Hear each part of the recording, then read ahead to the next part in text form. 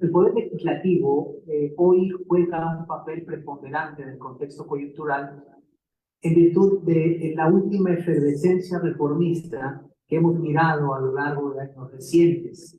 Si nosotros comparamos los procesos legislativos con esta gran tendencia actual a modificar grandes estructuras jurídicas que veníamos arrastrando de años, estamos en presencia de un momento prácticamente inédito, que solo encuentra su equiparación en los anales de la historia mexicana.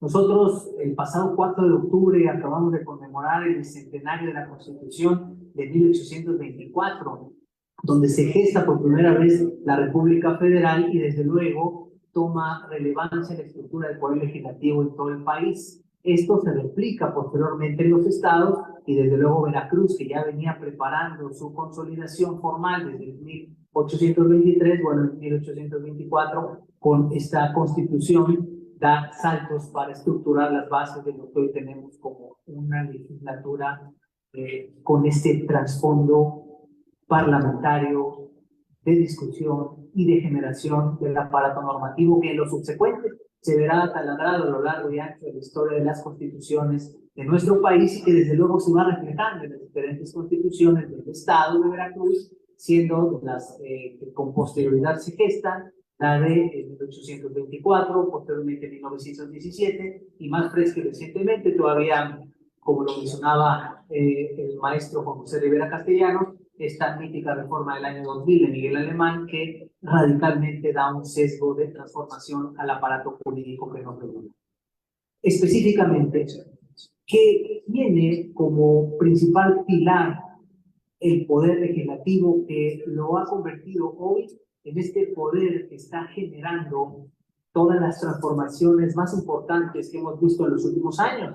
Bueno, se gesta como una necesidad de representación social y como uno de los pilares de la estructura democrática que debe imperar en todos los países.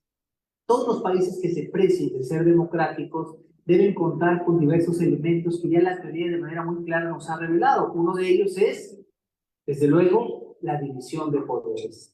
Es decir, que para no ser considerada una dictadura, un país debe depositar el poder general, absoluto, único, soberano, en diferentes poderes. Y atendiendo esta trilogía de Montesquieu que venimos arrastrando de muchos años, bueno, lo advertimos en un poder legislativo, en un ejecutivo y en uno judicial. Uno que crea las leyes, otro que las ejecuta y otro más que dirime las controversias cuando éstas entran en conflicto en diferentes momentos y etapas de la vida de las personas.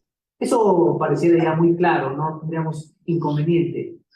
Aquí lo que vale la pena analizar en este tránsito histórico a través de la consolidación del poder legislativo como lo conocemos ahora, es mirar cuáles han sido esos periodos de modificación de estructuras, de representación y, ojo, en lo que me voy a centrar, de profesionalización de perfiles de quienes aspiran a los cargos de elección popular y específicamente a ser legisladoras y legisladores. Fíjense nada más qué relevancia tiene el poder legislativo, que hoy más que nunca pone de manifiesto el sistema de pesos y contrapesos que ha existido en los últimos años. Analicemos nada más cuál es el impacto que está teniendo, donde frases como la que voy a referir ahora toman más sentido que antes. Bibliotecas enteras se derriban con el plumazo de un legislador. Y cuando nosotros miramos la trascendente labor que refiere en el destino del país, la labor de las y los legisladores, de los congresos, entendemos que quienes deben ocupar esos perfiles deben ser específicamente personas preparadas y cercanas a la gente. Sin embargo, cuando nosotros miramos los orígenes del poder legislativo, se va confeccionando a raíz de un sentido popular cercano a la gente que se identificaba con las necesidades sociales y colectivas, cuestión que sigue siendo de gran relevancia, pero dejó de lado un elemento que el pensador italiano del siglo XVIII, Gaetano Filangieri, refería en una de sus obras más importantes, La ciencia de la legislación, obra que, por cierto, fue traducida a 5 idiomas y difundida por todo el mundo: español, italiano, alemán, inglés, y muy particularmente en México, don Pedro Borromé traduce la obra La ciencia de la legislación de Gaetano Filangieri, y si nosotros la leemos hace más de 200 años, ¿Qué nos decía este pensador italiano del siglo XVIII? El legislador debe de ser hombre de ciencia, la ciencia de la legislación, construir una normatividad a través de un proceso legislativo y derivar en una estructura normativa de observancia general y obligatoria que rija los destinos de las personas, no puede ser depositado en manos de cualquier persona. Tiene que ser depositado en manos de personas cercanas a la gente, con esa inherente facultad de los poderes legislativos de representar a las personas y al pueblo, pero al mismo tiempo acompañado de manera crucial y contundente de una formación profesional que raye en el aspecto científico del derecho. Y eso lo dijo hace 200 años. ¿Y qué vemos ahora? Si nosotros en la gráfica analizamos cuántas veces han sido impugnadas, tachadas de inconstitucionales, derogadas, acumulando cerros de expedientes en los juzgados por normas antijurídicas, violatorias de derechos humanos, podríamos hacer una gráfica brutal del número de iniciativas, reformas, leyes, reglamentos y todo lo que deriva al poder legislativo que entra en conflicto con los derechos humanos y las propias estructuras normativas vigentes. Y pregunto, ¿hay responsabilidad legislativa? Digo, tenemos responsabilidad judicial, tenemos un consejo de la judicatura para el ámbito judicial, para el poder ejecutivo tenemos una ley de responsabilidades administrativas, tenemos procedimientos, pero ¿qué pasa cuando un legislador no va porque anda de gira? Cuando no llega y le descuentan su dieta, que sería una consecuencia quizás administrativa de su incumplimiento. Cuando sencillamente se abstiene de votar, no leyó las iniciativas o simplemente se alinea a una abrumadora mayoría que le indica dónde votar. Pasa algo, vemos ese letargo brutal en contra de un legislador que sencillamente ha decidido alinearse a las expectativas de un determinado grupo, o miramos iniciativas de legisladores que a todas luces sabemos no tienen la menor idea de lo que están presentando. Y cuando esto se vuelve ley de observancia general y obligatoria, y es otro poder el que tiene que revisar y mirar si es que fue un buen trabajo, y se empiezan a generar los conflictos, y en muchos de los casos a la afectación directa a los derechos humanos, tampoco pasa nada. Es estadística. Es que hicieron su trabajo, votaron, iniciativa de ley, discusión, aprobación, sanción, promulgación, publicación, iniciación de la vigencia, y debatimos mucho. Oye, pero es inconstitucional. Bueno, todos nos equivocamos. La siguiente le corregimos. O pues ahí tienes tu amparo, ahí tienes tus medios de control, allá te corrigen, entonces ya hicimos nuestra chamba. Tenemos en esa estructura evolutiva del poder legislativo que enfocar muchísima de nuestra atención, máximo en un enfoque coyuntural donde hoy no existe un contrapeso tan fuerte como lo teníamos antes. Y lo digo con datos duros, no los sacados de la manga. ¿Cuántas suspensiones hay actualmente dirigidas al Poder Legislativo y no se ha acatado ninguna? Ninguna. Designación de comisionados del ENAR, designación de magistrados de los tribunales, designación de, es más, suspensión de la actual reforma judicial. Ninguna se está acatando. ¿Qué pasa? ¿Quiere decir que los poderes son independientes? ¿Quiere decir que los poderes tienen que luchar entre sí para ver quién es mejor? Por supuesto que no. Todo esto pasa si nosotros nos retrotraemos al origen de la problemática. Todo esto pasa porque se ha descuidado un elemento crucial que Gaetano Filargeri ya nos dijo hace más de 200 años. La ciencia de la legislación. El legislador es una persona cercana a la gente, empática con las problemáticas colectivas, pero también una persona que sabe de ciencia jurídica, que es multidisciplinario, que así como en su momento veíamos a los jueces, magistrados, ministros, que tenían un alto nivel de conocimiento y que ahora ese ha sido su debilidad más grande al ser esto satanizado por muchos grupos, bueno, de la misma manera teníamos que entender que la tan importante labor del poder legislativo, ojo, tan importante labor, deriva en decisiones que marcan el rumbo del destino de las y los gobernados, y de su actuar incorrecto puede haber un gran letargo en el proceso, en la tutela de los derechos de las y los gobernados. Pero no hemos cuidado eso.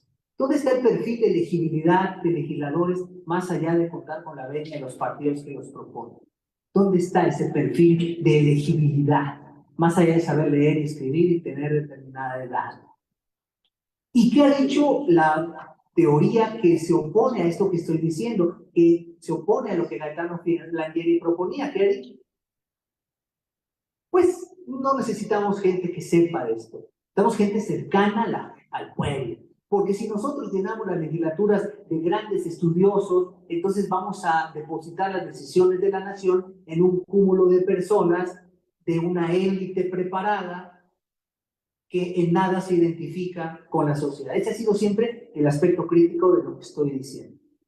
Y entonces, nuevos estudiosos del contexto legislativo fijan una tercera vía y dicen, bueno, ni tampoco concentrar el poder legislativo en manos de la élite preparada de grandes estudios postdoctorales que en nada entienden las problemáticas de la sociedad, pero tampoco exentarnos por completo del conocimiento de la ciencia del derecho y desde luego un binomio entre identidad, sociedad, colectividad y preparación.